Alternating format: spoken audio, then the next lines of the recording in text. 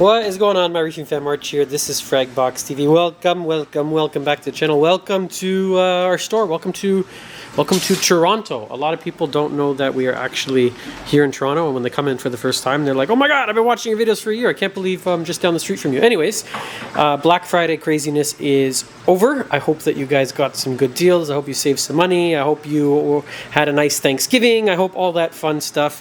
March did some shopping himself. I got a new camera. So we are now shooting in 4K, and I have a gimbal, so it should be a lot steadier from here on. I'm just kidding.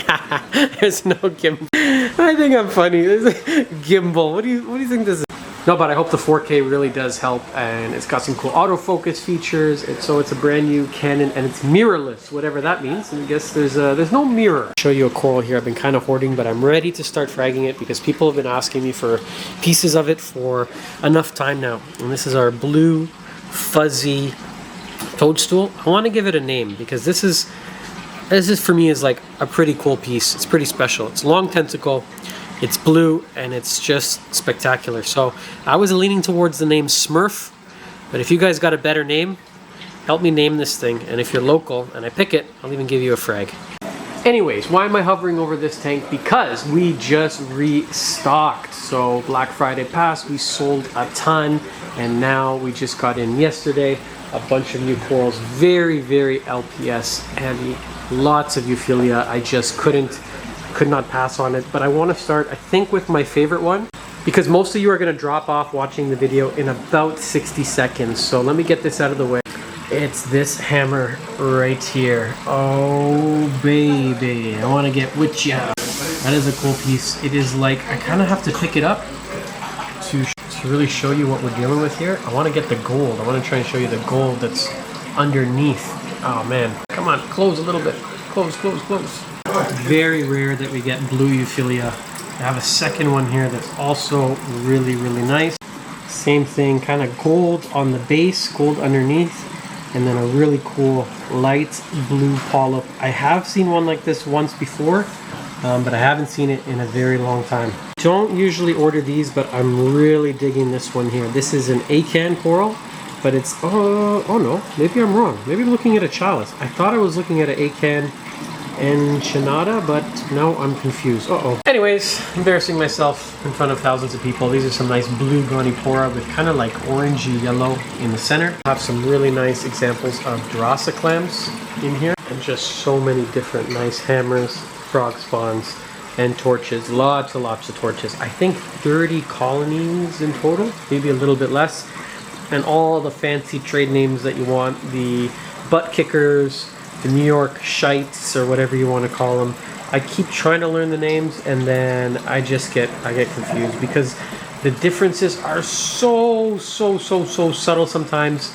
So if you see on the site that I just call something like this purple tip, green torch, or maybe we call it grape torch, it's because I just can't keep up with the names. Some really cool looking long tentacle plate corals. Absolutely love these because you get the look of a torch, but I think way easier to care for, and no sting. You see how he's touching this Cynaria right next, sorry, not a Cynaria. What is wrong with me today? Indophilia right next to it, and they're buddies. They're not really going to harm each other. These are really funky, really cool mushrooms. So discosomas, look at those little red bumps, and then they have these white kind of highlights around the rim. Kavina, the queen of mushrooms, already has her eye on this specimen, so she will usually, you know, it kind of sucks because we have customers that want to buy stuff, but she has like a insatiable mushroom appetite, and if something comes in special, regardless of price tag, she's just gonna take it. So she snipes them before we can even offer them. So someone, if you want this, you better act quick because we have an in-house mushroom coral sniper that is basically here every day looking through what's new, and then she's just a hoarder of mushrooms, and I can see why. They're beautiful and they're easy to keep and they grow quickly. You know, it's not very rare that we hear customers you know, they're emailing or calling us saying like, oh my god, all my mushrooms are dying. It just doesn't happen. Really nice zoanthid covering rocks. Again, if there's anything in the videos that you guys want, message us. Happy to give you a price before they go up on the site. I'm going to Mexico next week, so I don't know if I'll have time to price everything out online. Plus we have lots of delays right now with the stupid Canada Post strike, but we will try our best. These are probably going to get fragged up because I find people just, they like growing them. They like the fun of collecting them. People like, what? Really funky anemones. We don't get too many in here. They got to be special to get me excited. I'm not really interested in anemones at all. They just, I don't know, they just really don't do it for me. But this one was speaking to me. Really, really funky. It's like basically black with green tips. Why am I stuttering today? Jeez, I need some water or sleep. Or in this green funky bubble tip, also really nice. Like I said, so many torches. If you want a colony, more than happy to let a colony go instead of fragging because we just got so many. So if you don't want just a single head, something like a nice big colony, it's going to retail for like, I'd say $250 to $300. That's Canadian dollars. Already have these fragged up. Beautiful plate corals, Diaceras plate corals, so really easy to frag. A lot of them come often broken in the bag, so all we do is glue them down, and you wouldn't guess that these were like self-fragged only yesterday. Our forest fire are looking really good. Our forest fire are on fire. A couple other nice Cinerias, Blastomusa. It's on the smaller side, but it makes up for its size in just color, and like it almost looks like when you're looking at it, it looks like someone is turning up the saturation on your eyes somehow. It is really, really, really vibrant. More of those really nice long tentacle plate corals. A cool collection of other plate corals. When I see these, I just love plate corals. You know what? I think there's something wrong with me. Look, I go a little plate coral crazy. It's just a coral that I've always kept in my tanks. I find them really easy.